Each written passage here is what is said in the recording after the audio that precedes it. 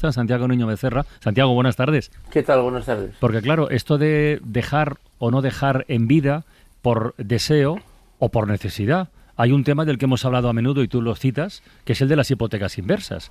Es decir, personas que tienen ya una edad determinada y que en los últimos años de su vida o la recta final de su vida, o porque quieren hacerlo así o porque no tienen otro remedio, hipotecan la casa y cuando falten ellos, pues ya se le queda la que se le tenga que quedar. Pero eso no va a ninguna herencia. O sea, todo esto que hemos hablado tiene un montón de conexiones económicas.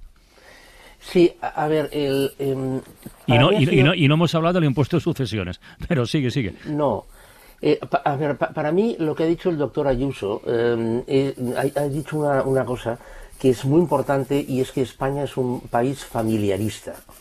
En la crisis del 92, cuando acabaron los Juegos Olímpicos y la Expo y todo esto, que la tasa de paro en España se colocó en el 25%, vinieron servicios de estudio de distintos países europeos, Reino Unido, Francia, a estudiar por qué en España con esa tasa de paro no había una revolución social. Claro. Bueno, pues a la conclusión que llegaron era por el soporte que brindaba la familia. Otra cosa que ha dicho el doctor Ayuso, no recuerdo el porcentaje, pero era muy elevado, y es que ese porcentaje de personas no se plantean si los hijos son unos bandarras o no son unos bandarras, bueno, los hijos o las hijas. O sea, la herencia tiene que ser para ellos y punto. Entonces, yo creo que hay una frontera de edad, que no sé cuál es, donde estas cosas están claramente cambiando. Y, por ejemplo, tú has apuntado un tema, que es el de las hipotecas inversas, que en España hasta ahora ha tenido muy poco éxito, sinceramente, y se empezó a hablar de él en el 2005, 2006, y ahora parece ser que se quiere repuntar, pero yo creo que fundamentalmente el tema es ese, ¿eh? España es un país familiarista. Es que ha dicho que un 60%, lo que habría que ver es si ese porcentaje está aumentando o disminuyendo. Y hay una cosa, Santiago, claro. En la hipoteca inversa he leído que no la hace ya el octogenario que dice, mira, me garantizo estar hasta el final de vida en casa, sino su hijo. El hijo se sentona a veces para subvenir a las necesidades de sus padres, de unos padres a quienes no puede atender en condiciones. Claro. Bueno, es que cuidar a una persona, cuidar a una persona mayor con problemas, etcétera, etcétera, se puede hacer de dos maneras. O bien con dinero público, como se hace en Suecia, o bien de una forma rara, como se hace en España. Entonces, esa forma rara es cara. Entonces, que los hijos estén realizando o apuntando a sus padres para que hagan una hipoteca inversa, es que lo encuentro logiquísimo, lo encuentro logiquísimo. Oye, Santiago, has hablado de la elevadísima tasa de paro en España de hace unos años. Hoy hemos adelantado aquí en Hacer una noticia relacionada con el subsidio del paro, que Trabajo va a remitir a Bruselas y que supone extender la prestación de 480 euros a los menores de 45 años sin cargas familiares. Esos son más de 150.000 nuevos beneficiarios, ¿eh? Sí, a ver, yo creo que lo primero, en relación a ese tema del paro en España, yo creo que lo primero que habría que poner sobre la mesa es la tarea que realiza la SEPE, o el SEPE, vaya. El SEPE, yo conozco profesionales del SEPE y lo hacen muy bien, sinceramente, pero yo creo que el SEPE tendría que ser reorganizado. Simplemente un dato, de las nuevas ofertas de trabajo, de empleos que hay en España, el SEPE solamente cubre el 8%. En Francia, el SEPE equivalente cubre el 32%. Ostras, mucha diferencia. Sí, enorme.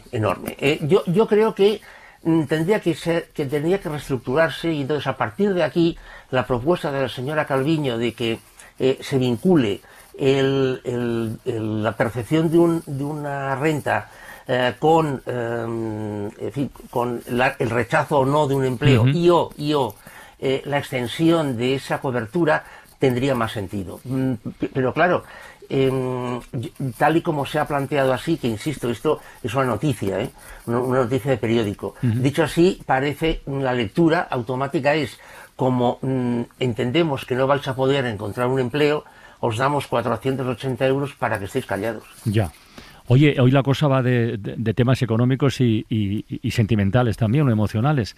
Leemos un estudio, Ringover, donde dice que 6 de cada 10 trabajadores preferirían tener un buen salario emocional frente a una subida económica de sueldo. ¿Esto es algún sector concreto? ¿Es una tendencia general? ¿O cómo hay que entenderlo, Santiago?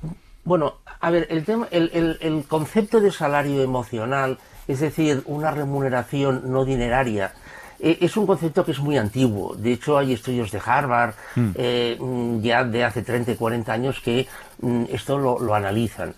Lo que pasa es que estaba fundamentalmente reservado a puestos de alta dirección. Entonces, cuando se llegaba a ciertos niveles, se introducían elementos no dinerarios como pueden ser más días de vacaciones o que la empresa les pagara una estancia en el Caribe a él y a su esposa durante X días, etcétera, etcétera. O sea, entonces se le llamaba remuneración no monetaria. Ya. Bien, ahora se ha cambiado el nombre de salario emocional. A ver, sí es verdad, o sea, sobre todo personas jóvenes esto lo están valorando cada vez más, tener un gimnasio en la empresa, tener más disponibilidad de teletrabajo.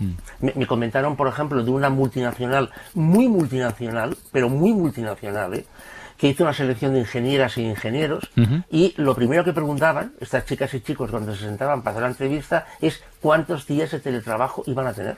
Entonces la empresa decía, no, aquí preferimos la presencialidad. Muy bien, gracias a Dios. Pero todos estos que se llaman en inglés me parece perks, ¿no? Una mesa de ping-pong, un coche de la empresa, sala de siesta, caramelo. Te iba a decir, esto sobre un salario que ya sea por sí suficiente, holgado. Claro. Aquí voy. O sea, el salario emocional está muy bien a partir de una remuneración que la persona considere suficiente. Claro, ahora me diréis que suficiente es un término muy elástico, es verdad. Pero bueno, a partir de una remuneración suficiente, digamos, dejémoslo así, entonces se puede entrar en una dinámica de pensar en otro tipo de cosas.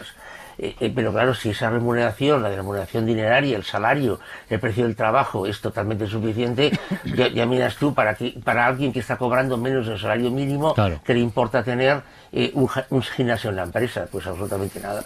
Oye, y en la guerra, en la batalla que ha habido, que no sé si sigue habiendo por el control de OpenAI, ¿esto es cosa de salario económico, salario emocional, bandos, puñaladas? ¿Qué hay detrás de esta batalla que nos han contado así a lo lejos con 4 pinceladas? Y no sé si nos estamos perdiendo algo, Santiago. Bueno, Carlas, yo voy a contar ahora lo que me han contado y lo que yo he leído. A partir de aquí, que cada cual haga su composición del lugar. A ver, en el Consejo de Administración de OpenAI, al margen de que está Microsoft, que es una empresa que lo que busca son beneficios, parece ser que hay un número importante de personas muy vinculadas con organizaciones sin ánimo de lucro. Y cosas como conservación del planeta, etcétera, etcétera, son muy importantes para estas personas. Bien, punto y aparte. Altman, que es, bueno, o fue y vuelve a ser el CEO de OpenAI. El jefe readmitido, sí. Sí, exactamente. Hizo unas declaraciones días antes de tener una reunión con el Consejo de Administración en las que decía que sus investigadores, los investigadores de OpenAI, habían diseñado un modelo de inteligencia artificial que podía poner en peligro a la humanidad. No dijo más. No dijo más. Entonces se filtraron una carta de un grupo de trabajadores que habían participado en el diseño de esta inteligencia artificial a la Junta de Accionistas y luego de ahí, o al Consejo de Administración, y luego a partir de ahí se ha filtrado a otros medios. Yo lo he leído en uno de estos medios. Bien, la tal aplicación, insisto que no sé si es verdad o no, consiste en que OpenAI ha diseñado una inteligencia artificial que sería capaz de administrar el 100% de los activos financieros del planeta en tiempo real, sin ninguna intervención humana. ¿Ha quedado claro? Sí, clarísimo. Administrar el 100% de los activos financieros del planeta sin ninguna intervención humana. Peligro. Bueno, no sé si peligro o no, pero esto parece ser que a estas personas del Consejo de Administración no les gustó. No está claro si no les gustó no haberlo sabido antes o les gustó más esta aplicación o esta inteligencia artificial que evidentemente tiene unas consecuencias tremendas. Bien, el hecho es que el resto de la historia ya es conocido. Le despidieron, 700 trabajadores de OpenAI dijeron que se largaban, Microsoft hizo presión para que evidentemente no se fueran y al señor este le han vuelto a readmitir. De todas maneras, lo que es más interesante es que de eso que motivó todo el follón posterior no ha vuelto a hablarse. Ya. Entonces mi pregunta es, es doble. Primera pregunta, ¿es verdad que esta aplicación existe? Segundo, si es mentira, pues no pasa nada. Pero si es verdad, ¿qué se ha hecho con ella? Pues son dos preguntas que de momento, Santiago, no te podemos responder, creo que nosotros ni nadie. Pero las dejamos ahí sobre la mesa. La próxima semana más, venga. Vale. Para no perderte ningún episodio, síguenos en la aplicación o la web de la SER, Podium Podcast o tu plataforma de audio favorita.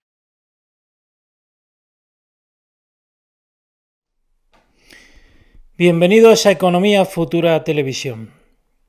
Sí, un nuevo comienzo desde Economía Futura Televisión. Empezamos con Santiago Niño Becerra porque entendíamos la economía como todos queremos entenderla, como todos queremos que nos expliquen la economía y no con engaños. Las cosas claras y hacia dónde va el mundo. Pero si os digo la verdad, desde que me preocupo por la economía me doy cuenta de que todo es un engaño, que todo está manipulado. Y la pandemia es un claro ejemplo. Cuando ves que la economía se hunde, el capitalismo no da más de sí, no sé si viene un virus, pero aprovechan un virus para imprimir una cantidad de dinero desorbitada, quitando los ahorros de todo aquel que no ha invertido en su momento. Pero no avisan. Te quitan el dinero sin avisar. Eso es lo peor de todo. Entonces, eso te hace plantearte si realmente merece la pena trabajar, esforzarse o buscar simplemente aquello que te hace feliz sin mirar el término económico. Pero todos sabemos que sin dinero no hay libertad. Hemos visto cómo los activos de capital, el que tiene más dinero, el que tiene más activos, se enriquecía. Pero aquel que trabajaba le quitaban el dinero. Mirad, os pongo un ejemplo para que lo entendáis. ¿Qué está pasando actualmente? Una persona joven que gana 1.700 euros, por ejemplo, paga 1.000 euros de alquiler. Una habitación de alquiler, 1.000 euros. 800 en Madrid, por ejemplo, 1.000 euros en Barcelona. Comida, 300 euros aproximadamente, no ahorra prácticamente nada. Una persona que puede tener entre 23 y 37 años. Poner un ejemplo de media. Lo que es una persona, perfil joven. Aunque todo el mundo es joven, incluso con 50 años, pero ya me entendéis. Una persona que está empezando a trabajar, a desarrollarse. ¿Qué pasa? Que lo normal sería que tú ganaras 1.800 euros y los gastos fijos se te fueran pues 500, es decir, que te quedara 1.000 euros para ahorrar. Eso sería lo lógico. Pero estamos en un sistema en el que los bancos crean deuda y luego se enriquecen sabiendo que los estados o los bancos centrales los van a rescatar. Entonces, ¿qué pasa? Lo que pasa es que aprovechan tu esfuerzo, tu trabajo, tu mérito y capacidad para enriquecerse ellos con la deuda. Una deuda ilegítima. Porque ellos, que son tan capitalistas, que están en contra del socialismo, hablo de los bancos, los de Wall Street, resulta que te utilizan a ti como socialismo para rescatarles a ellos. Porque si todo se hundiera, porque todo se hundió en la crisis del 2008, ellos tenían que apochinar con sus errores y quebrar. Pero no. Se rescata con dinero público y luego dicen que viva el libre mercado. Esto no es libre mercado. y lo saben ellos de sobra. Pero te manipulan para decir que el socialismo es un cáncer y el capitalismo es progresismo. Y claro, uno se adapta porque no es tonto. Yo no digo que el capitalismo sea malo. Me parece que el capitalismo es bueno si hubiera libre mercado, pero el problema es que no lo hay. No hay libre mercado cuando se rescata con dinero público. Y lo peor de todo es que cuando pagas 1.000 euros por un alquiler de una habitación, les estás pagando a ellos la deuda que tenían desde el año 2008 y se están enriqueciendo a costa tuya. Entonces, ¿por qué ser feliz o ganar dinero? Libertad, todo está vinculado. Parece que ellos dicen que paguen la deuda a los jóvenes. Total, son jóvenes. Yo cuando era joven también me tuve que joder. Seguro que piensan eso, que no te engañen. Lamentable, ¿verdad? Pero es el sistema en el que vivimos. Un sistema corrupto, perverso, en el que salió un día Mario Draghi que hará todo lo necesario a los mercados. Vaya, unos mercados que quiebran, pero el que no se endeuda paga la misma deuda que el que se endeuda.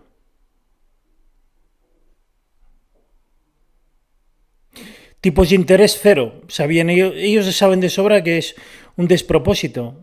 Inflación ahora disparada, que cualquiera va a un supermercado y sabe que un bote de mayonesa te cuesta 3 euros, cuando antes de la pandemia te costaba 1,50 €. El doble. Entonces, ¿de qué estamos hablando? Tienen los tipos de interés por debajo de la inflación. Por debajo. ¿Qué quiere decir esto? Que te siguen robando, te siguen quitando el dinero. La inflación es acumulativa. Al ser acumulativa, no, te quitan el dinero y no te lo devuelven. La inflación, luego no hay deflación. ¿Habéis visto el bote de mayonesa que pongo siempre como ejemplo? Un bote de mayonesa que valía 1,50, vas ahora, te vale 3 euros. Volver dentro de 5 años a ver cuánto vale el bote de mayonesa. Seguirá 3 euros, incluso un poquito más. En cambio, tu salario habrá subido muy poco, no un 50%, como ha subido el bote de mayonesa. Por eso vivimos en una sociedad que nos dicen que viene la robotización, para hacer empleos repetitivos. Yo cuando estuve en la universidad, que me pareció patético lo que vi allí en algunas ocasiones, en otras no, porque hay carreras que son buenas y de futuro, pero hay otras como son las de letras, por ejemplo, derecho. Yo era más mayor que la media, porque estuve estudiando otra carrera, en la cual no la terminé porque me pareció una pérdida de tiempo, porque veías a personas más jóvenes que llegaban a hacer un examen, hacían una entrevista el profesor, y cogían de 3 en 3 en un grupo. Resulta que cuando iban los estudiantes a hacer la entrevista del examen, había una chica al lado mío y le preguntaban algo sobre el libro de Derecho y lo decía todo al pie de la letra.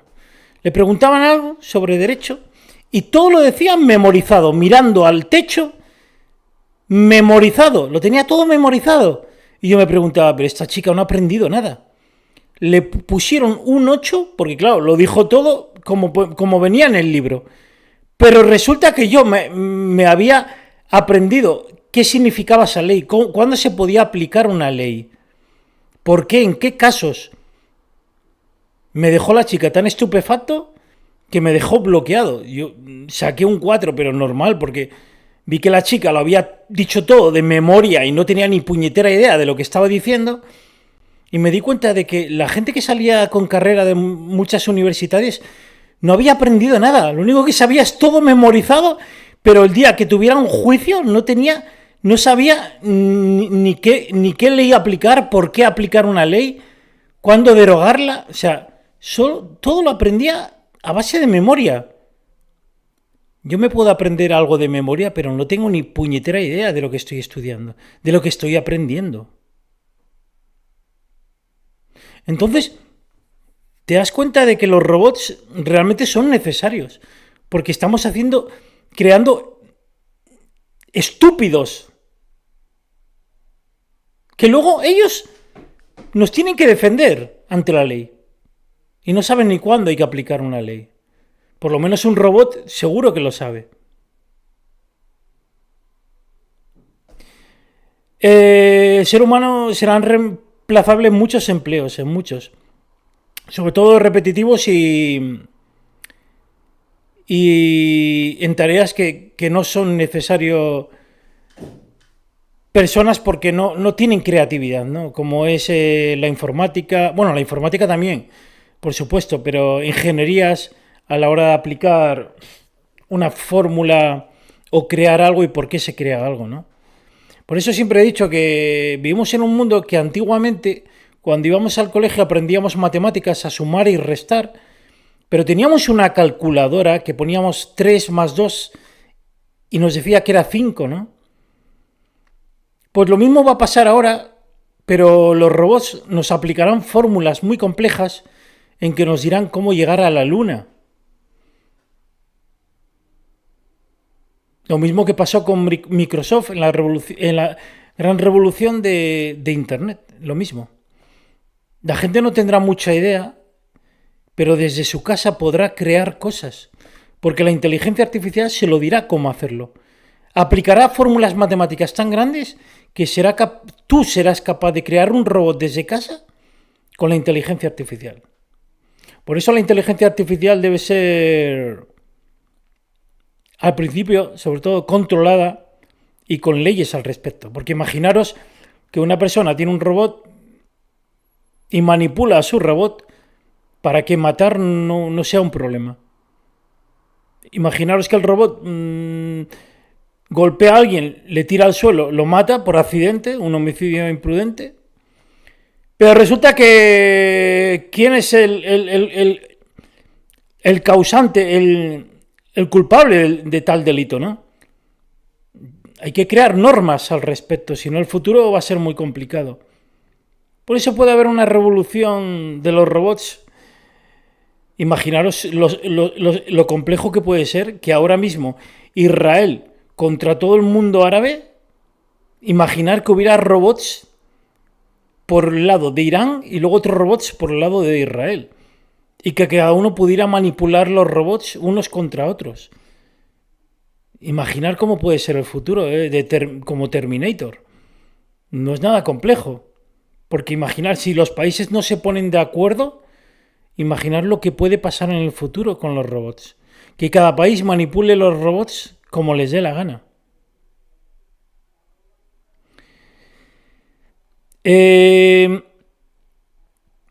Hay muchos canales de internet que hablan de muchas cosas. Nosotros, este canal empezó con Santiago Niño Becerra y seguiremos con Santiago Niño Becerra, pero queremos hacer nuestra crítica en directos para dar compañía también a la gente mayor y no tan mayor, que se pueda sentir identificada por la estafa monetaria, porque muchos jóvenes se dedican a trabajar y ven que no ahorran nada, absolutamente nada, y no saben cómo. Llegará un momento que cuando tengan 45 años dirán, ¿qué he hecho con mi vida? Me he dedicado a trabajar para otro, para cuenta ajena, y resulta que no he ahorrado nada, no tengo casa, no he querido tener coche, y ni siquiera he podido ni tener hijos ni formar familia, porque ¿quién va a tener ganas de tener hijos si ni siquiera puede mantenerse uno mismo?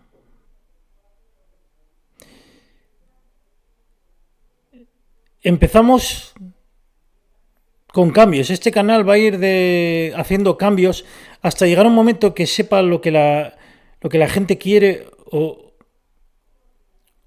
llegar a acompañar a vosotros desde casa.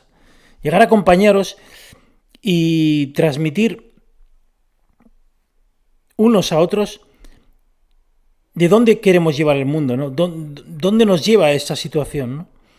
Porque no nos paramos a pensar. La pandemia nos hizo pensar, pero nosotros nunca nos hemos parado a pensar hasta la pandemia qué es lo que estábamos haciendo con nuestra vida. Porque cuando tengamos 70 años miraremos atrás y muchos dirán, ¿qué he hecho, no? ¿Qué he hecho con mi vida? Otros no. Y es que lo importante es el camino, no es el destino. Tú puedes querer tener algo y cuando llegas a tenerlo, te sacrificas por el camino, no sales de casa, estás todo el día ahorrando, pero luego llega un momento que cuando consigues lo que quieres, te das cuenta de que no es lo que querías.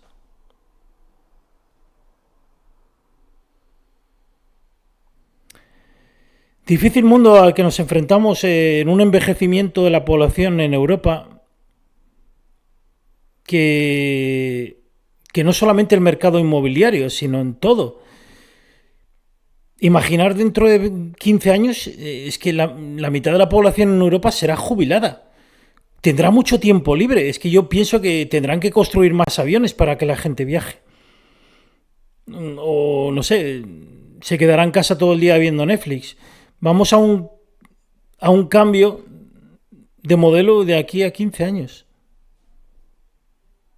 Y eso es una transformación que ya está ocurriendo ahora, que fue plasmada con la pandemia. Seguiremos con los vídeos, intentaremos compartir noticias que nos parecen relevantes, una voz crítica y por supuesto con Santiago Niño Becerra en los vídeos. Buenas tardes y seguimos.